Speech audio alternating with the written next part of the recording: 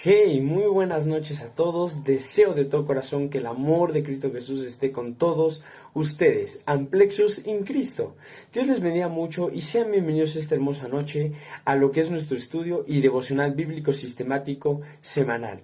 Por la gracia, misericordia y fidelidad del Señor, es que estamos aquí nuevamente una noche más para poder llevar a cabo nuestro estudio devocional bíblico, sistemático y expositivo de 1 Tesalonicenses capítulo 3, versículo 8.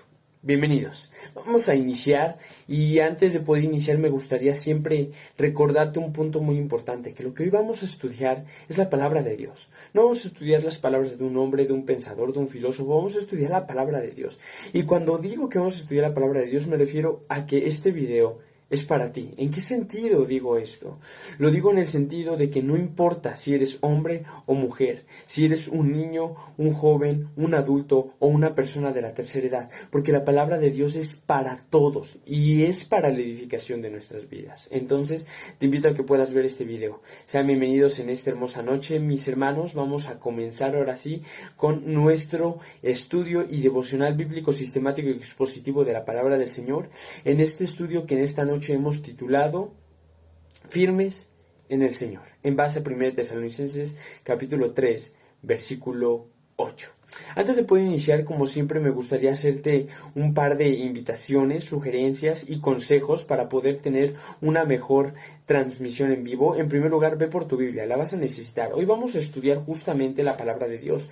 Y aunque solo vamos a leer un versículo, tú ya sabrás que nos acompañas de tiempo atrás, o si nos acompañas por primera vez, tú ya sabrás cuántas partes, cuántas bendiciones podemos sacar de un solo versículo de las Escrituras. Así que ve por tu Biblia, ten a la mano ahí las Sagradas Escrituras.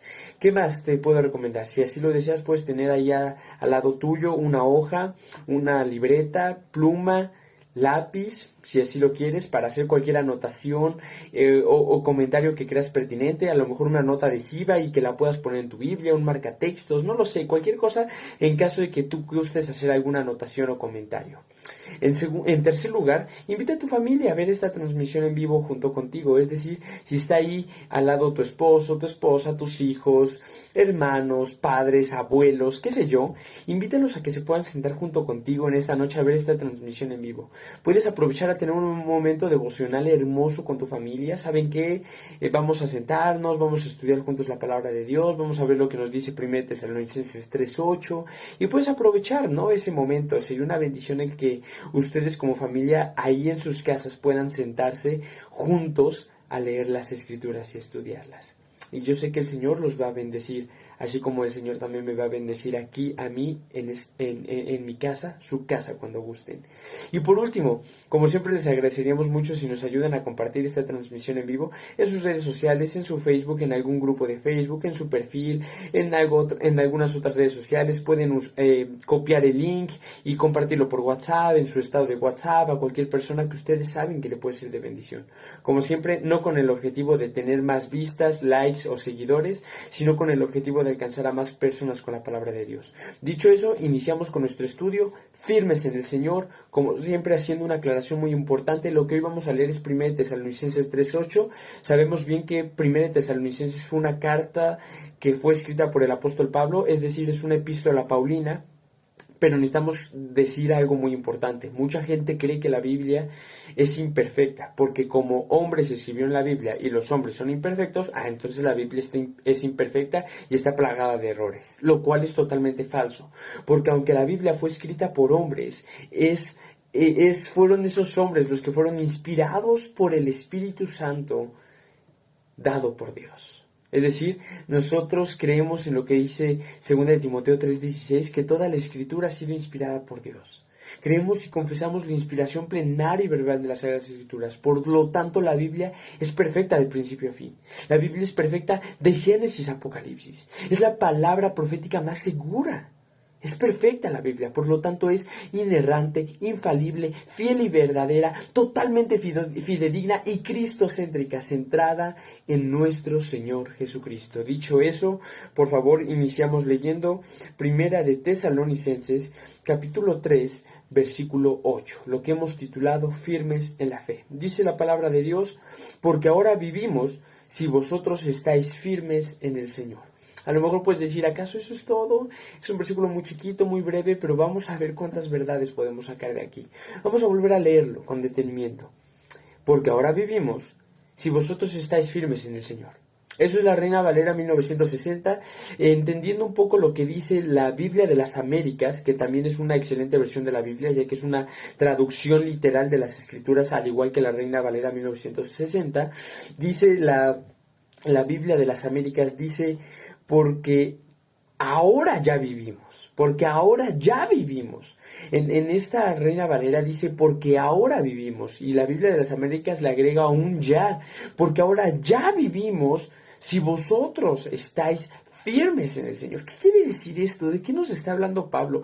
¿Cómo que ahora ya viven? ¿Cómo que ahora están vivos? ¿Y están vivos porque están firmes en el Señor? ¿De qué nos está hablando aquí Pablo?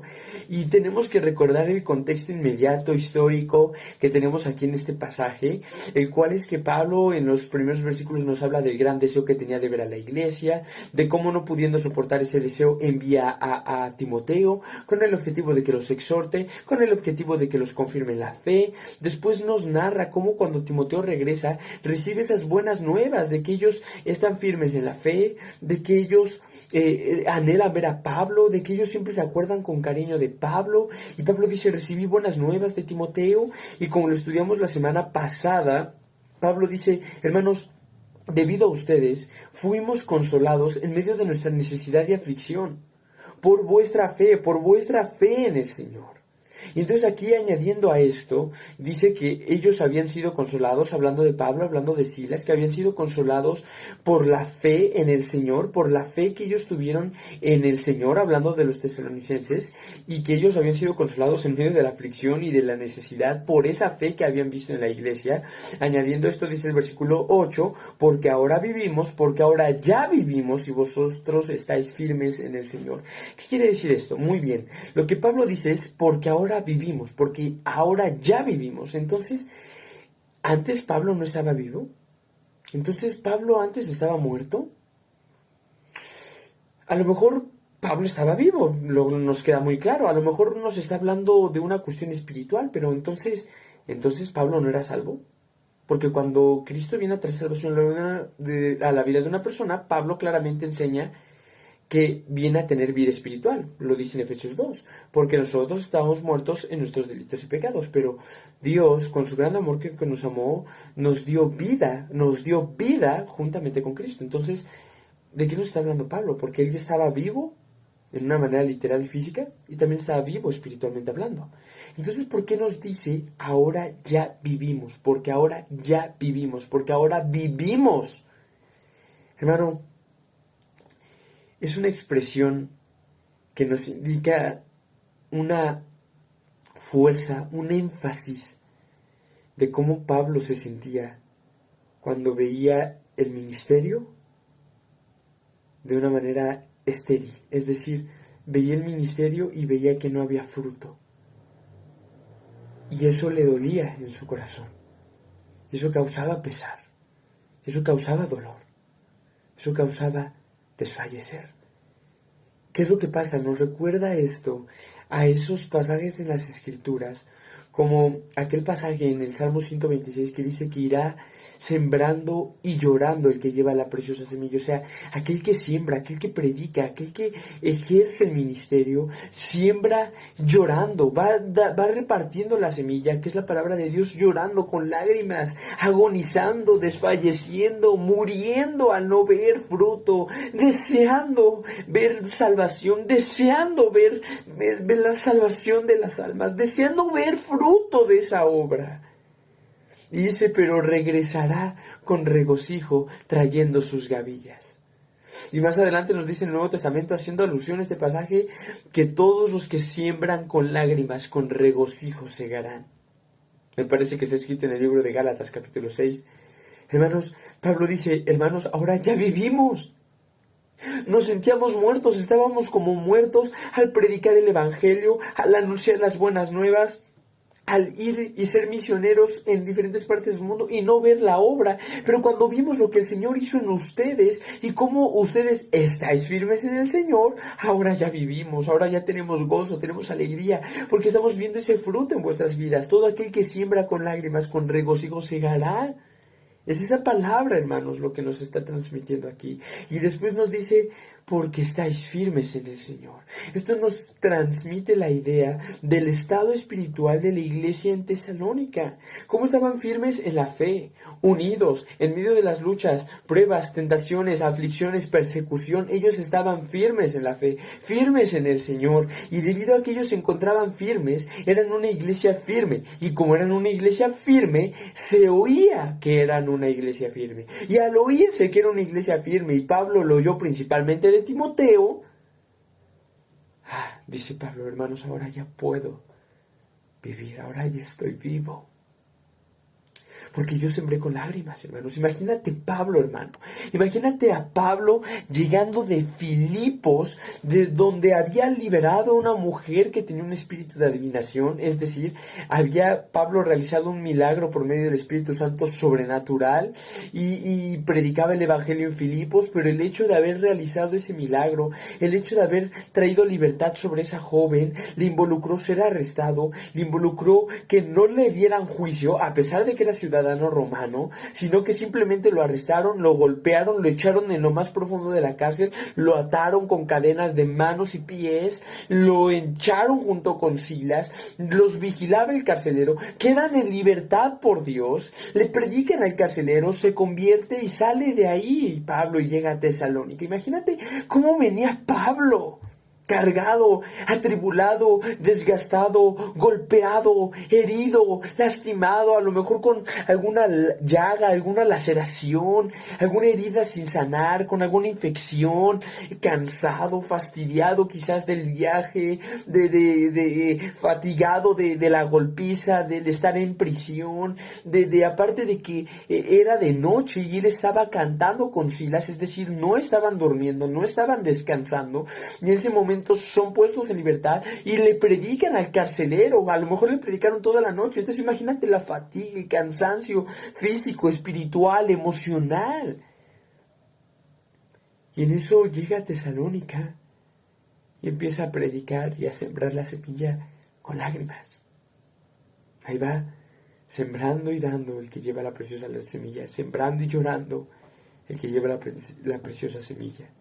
El que siembra con lágrimas, con regocijo segará. Y Pablo empieza a predicar con esa carga, con esa pasión, con esa vehemencia, con ese dolor de ver a Tesalónica sumergida en la idolatría, sumergida en el pecado, sintiendo desfallecer, sintiendo agonizar por eso. Dice, porque ahora ya vivimos, porque en cuanto Pablo empieza a predicar, empiezan a haber conversiones, empieza a haber fruto de ese ministerio, empieza a fundarse la iglesia, y no solo se funda la iglesia, sino que Pablo tiene que salir de ahí rápido por la persecución, y se entera de que la iglesia sigue firme, y se entera de que la iglesia está firme en el Señor, y se entera de que la iglesia tiene buena reputación en Macedonia, en Acaya, en todos los lugares alrededor de Tesalónica, y Pablo dice, ahora ya vivo, porque el que siembra con llanto, con regocijo segará, irá trayendo y gozándose. El que lleva la preciosa semilla vendrá con alegría trayendo sus gavillas. Entonces, hermanos, eso es lo que nos transmite prácticamente 1 Tesalonicenses 3:8, que es la enseñanza para nosotros. La enseñanza para nosotros hoy en día, en el siglo XXI, es no desmayar en el trabajo del Señor. Hay dos textos en las Escrituras, uno lo escribe Pablo, los dos los escribe Pablo. El primero está en 1 Corintios capítulo 15, al final nos dice, hermanos, no dejéis de trabajar, no os desmayéis en la obra del Señor, sabiendo que vuestro trabajo para el Señor no es en vano. ¿Y a qué me refiero con esto, hermano? No desmayes en el trabajo que tú estés realizando para la obra del Señor, sabiendo que no es en vano. Y a esto no me refiero que estés trabajando para buscar y anhelar únicamente una recompensa de parte de Dios. Señor, yo voy a trabajar para ti en alabanza. Señor, yo voy a trabajar a ti como pastor. Señor, yo voy a trabajar a ti como misionero. Señor, yo voy a trabajar para ti como evangelista. Pero para poder recibir del Señor, pues Padre, necesito que me des una casa más grande, necesito que me des un auto nuevo, necesito que me aumenten el salario, necesito que crezca en mi empleo. No se trata de eso. Cuando Pablo nos dice, dice, hermanos, no dejéis de trabajar, no desmayéis de trabajar para el Señor, sabiendo que vuestro trabajo no es en vano, nos remonta a las palabras del Señor Jesucristo: aquel que es fiel en lo poco, sobre mucho lo pondré. Nos remonta esas palabras de que no busquéis tesoros en la tierra, sino en los cielos. Si tienes un talento, ve, inviértelo para conseguir otros 5. No vayas y lo sepultes en la tierra. No se habla de que vuestro trabajo para el Señor no será en vano, en una cuestión material, en una cuestión tangible, sino en una cuestión espiritual. Y después nos dice Gálatas también, Pablo, dice, hermanos, por lo tanto, no desfallezcamos, no nos cansemos de hacer el bien, sabiendo que a su debido tiempo segaremos si no desmayamos.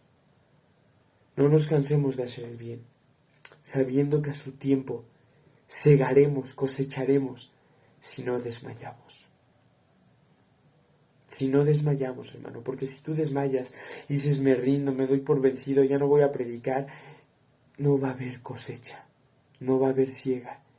Cosecharemos y segaremos si no nos cansamos, si no desmayamos, si no nos cansamos de hacer el bien, sabiendo que a su tiempo segaremos si no desmayamos. No sé qué obra desempeñes tú para el Señor. No sé qué es lo que realices, sea grande, pequeño, chiquito, como quieras verlo, pero no te canses de hacerlo, porque a su tiempo habrá recompensa, porque a su tiempo habrá fruto, porque a su tiempo segaremos y no desmayamos. ¿Cuántas veces has orado por tu familia quizás? ¿Cuántos años llevas orando por tu esposo, por tu esposa, por tus hijos? Con lágrimas, llorando, clamándole al Padre día y noche, llorando, llorando, llorando, hablándoles del Señor, predicándoles del Señor, y a lo mejor no ves ningún cambio en sus vidas. Yo no sé quién ha de ser salvo y quién no, el Señor lo sabe, porque Él es soberano y su gracia es soberana. Pero sí te puedo decir algo, no te canses, no desmayes. ¿Sabes? De una manera personal puedo compartirte lo siguiente, y con esto me gustaría concluir. Personalmente, dentro de mi oración personal que hago día con día, tengo la carga frecuente de orar. En primer lugar, pues, oro por las cosas que están mal en mi vida, por las cosas que quiero que el Señor cambie, por aquellas cosas en las cuales me siento débil, etcétera, etcétera. Oro por mi familia, que por la gracia del Señor es convertida, mis padres y mis 2 hermanos menores. Pero tengo mucha carga por mi familia ajena a mi familia nuclear, es decir, con aquella gente que no vivo. Hablo de primos, tíos, abuelos, únicamente dentro de mi familia, de toda mi familia. Y cuando te hablo de toda mi familia, te hablo que yo tengo 5 tíos maternos, 5 tíos paternos. En ambas familias tengo en suma más de 30 primos, date una idea. Somos una familia más o menos grande y ninguno de ellos es convertido, solo mis 2 abuelas y mi abuelo, que en paz descansa, que esté en la gloria del Señor por su gracia, ¿ok? Entonces oro por mis primos, oro principalmente por mis primos porque son jóvenes, porque son de mi edad, porque crecí junto con ellos.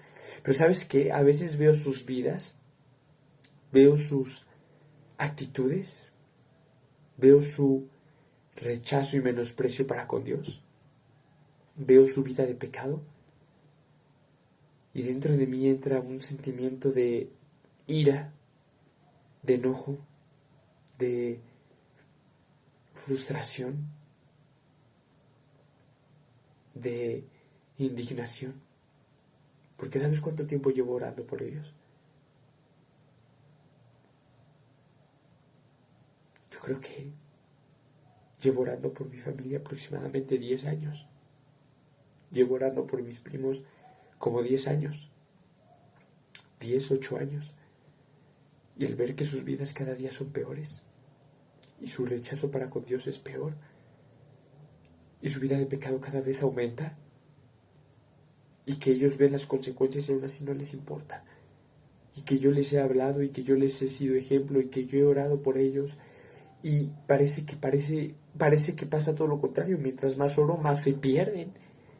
Y muchas veces entra dentro de nosotros, hermanos, y a lo mejor te vas a poder sentir identificado, entra ese sentimiento de enojo, decir, ya no voy a orar por ellos, ya no voy a predicarles, ya no voy a hablarles de Dios. Estoy harto, estoy cansado, porque por más que les hablo, por más que les predico, por más que oro por ellos, no quieren, no buscan, no hay un cambio en sus vidas. Te puedo decir algo, hermano.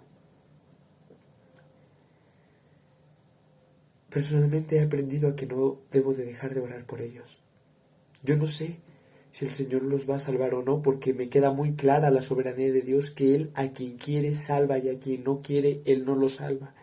Que Él es soberano y su gracia es soberana, y que, como dice Romanos 9, al que Él quiere endurece, y al que Él quiere quebrantar lo quebranta, y del que Él quiere tener misericordia, Él tiene misericordia. No es del que quiere, no es del que corre, sino de Dios que tiene misericordia. No depende del hombre. Y yo lo sé, pero aún así yo no voy a dejar de orar por ellos, porque yo no sé si ellos han de ser o no ser salvos, pero yo no me voy a cansar de orar por ellos. Y a la par siento ese sentimiento de indignación, de enojo para con mi familia, por sus vidas de pecado, por sus vidas de ingratitud, por sus vidas de menosprecio, desprecio y rechazo para con Dios. Y eso ¿qué me lleva? No me lleva a dejar de orar por ellos, no me lleva a dejar de anhelar la salvación de sus almas, me lleva a pedir de una manera correcta delante de Dios, porque imagínate que yo estoy llorando por mi familia y te digo, Señor, te pido por mi primo inconverso, dale dinero, Señor, que le vaya bien en el trabajo, que tenga salud, Padre, que le vaya bien, Señor, que tenga buenas calificaciones en la escuela, provee un trabajo, bendice su salud, Señor,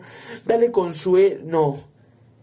Pedís y no recibís porque pedís mal, dice la palabra de Dios en Santiago. Yo no puedo pedir eso por mi familia. Yo no puedo pedir por salud por mis primos inconversos, por mis tíos inconversos. Yo no puedo pedir por su paz, por su tranquilidad. Yo no puedo pedir porque les vaya bien el trabajo, porque tengan dinero, porque tengan salud. Yo no puedo pedir por eso, por ellos. Porque no me interesa que tengan que comer. No me interesa si tienen o no tienen dinero. No me interesa si tienen o no tienen salud. No me interesa si están muriendo de cáncer. Lo que me interesa es su alma. Y así estén muriendo de cáncer, lo que me interesa es su alma. No me importa si son sanados o no, lo que me interesa es su alma. Prefiero verlos morir de hambre, pero con el Señor, que verlos ricos, con salud, con trabajo, con buena vida, pero lejos del Señor. A eso me refiero, amado hermano. Y esa indignación al ver sus vidas te lleva a eso, a pedir como conviene, a pedir bien al Señor. Porque imagínate tu madre o tu padre, ver la hija de tu hijo en fornicación, joven, apartado en drogas, en alcohol, en vicios y pidiendo, Padre, pues bendice a mi hijo, que le vaya bien en su trabajo, que le vaya bien en la escuela, que tenga salud. Cuando el deber primordial sería, Señor, trátalo, avergüénzalo, que tu Espíritu Santo venga a contender con él, convéncelo de pecado, convéncelo de justicia, convéncelo de juicio. No hay paz para el impío, dice tu palabra, Señor, quítale la paz. Avergüénzalo, que se sienta observado, que se sienta miserable en medio de su vida de pecado. ¿Sí me doy a entender, hermanos? Entonces, que eso nos motive a no desmayar y a seguir adelante.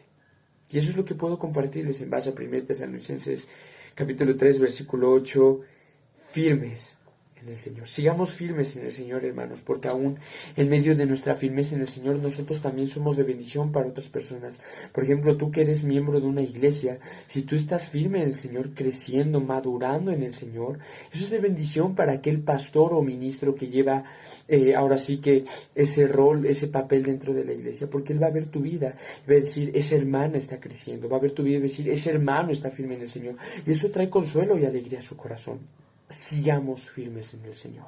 Como siempre quiero invitarte a que ahorita que termine esta transmisión en vivo, tú mismo puedas abrir tu Biblia, orar a Dios rogando que el Espíritu Santo te guíe a toda verdad, que la Biblia brille como oro, esas palabras brillen mejor que cualquier luz existente y puedas volver a leer 1 Tesalonicenses 3:8. Léelo las veces que tú consideres y que sean necesarias, pero que esto te lleve, hermano, no nada más a leer la Biblia, sino a profundizar en ella, de manera que no nada más leas la Biblia, la estudies, la rumies, la analices, la examines, medite la ley de Dios día y noche, como dice el Salmo 119, medite la ley de Dios, acuérdate al rato de lo que estudiamos hoy, acuérdate mañana, acuérdate la próxima semana, el próximo mes, el próximo año, trae siempre a la mente la palabra de Dios, siempre trae a tu mente y medite en la palabra de Dios, siempre. siempre. Y eso te debe de motivar, hermano, a aprenderte versículos de memoria, poder citar versículos de la Biblia de memoria, diciendo la cita, diciendo lo que dice el texto.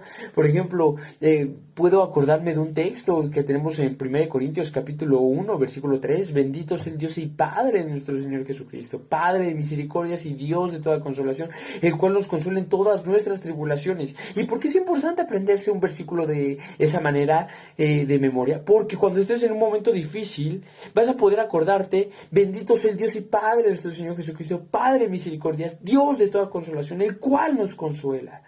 Y hermanos, no sé si llegue un futuro en el cual ya no tengamos la Biblia, pero si en algún futuro, que espero que no pase, no podemos contar con la Biblia, es tu deber haberla memorizado lo más que puedas, para que en los momentos en los que ya no lo tengas, puedas tener todo aquí, pero también aquí. Que el conocimiento de la Biblia te lleve a una práctica de ella. Que la ortodoxia, es decir, el conocimiento, te lleve a la ortopraxis, es decir, a la práctica. Que todo el conocimiento que tú tengas de la Biblia te lleve a vivir una teología propia. Que no seas nada más oidor y lector de la palabra, sino hacedor de ella. Me encanta a mí subrayar la Biblia y marcarla. Yo personalmente lo hago con un lápiz, en caso de que quiera borrar algo, lo que sea. Pero asegúrate siempre de que antes de que tú marques la Biblia con marcatextos, con colores, con lápiz, la Biblia primero te marque a ti. Que la Biblia primero marque tu corazón y después tú márcala a ella, porque de nada sirve. Y hay mucha gente que tiene la Biblia subrayada con colores, con notitas, con paréntesis, y a lo mejor puede tener toda la Biblia marcada, pero la Biblia ni siquiera ha marcado su vida ni su corazón. De nada sirve marcar la Biblia si la Biblia no te marca a ti. Y siempre anhela ser alguien que domine la Biblia, pero primero que la Biblia domine tu vida y después procura dominar tú también a la Biblia. Que Dios les bendiga mucho, mis amados hermanos. Nos vemos el día viernes a las 9:30 de la noche con nuestro tema especial de la semana, que va a ser pruebas y aflicciones en la vida del cristiano, a sugerencia y petición de Kelly Luba. Que el Señor les bendiga mucho. Estamos aquí para servirles. Ya saben, no duden en contactarnos cuando quieran. Les mando un fuerte abrazo a cada uno de ustedes y como siempre terminamos, al único y sabio Dios, sea gloria mediante Jesucristo para siempre. Amén.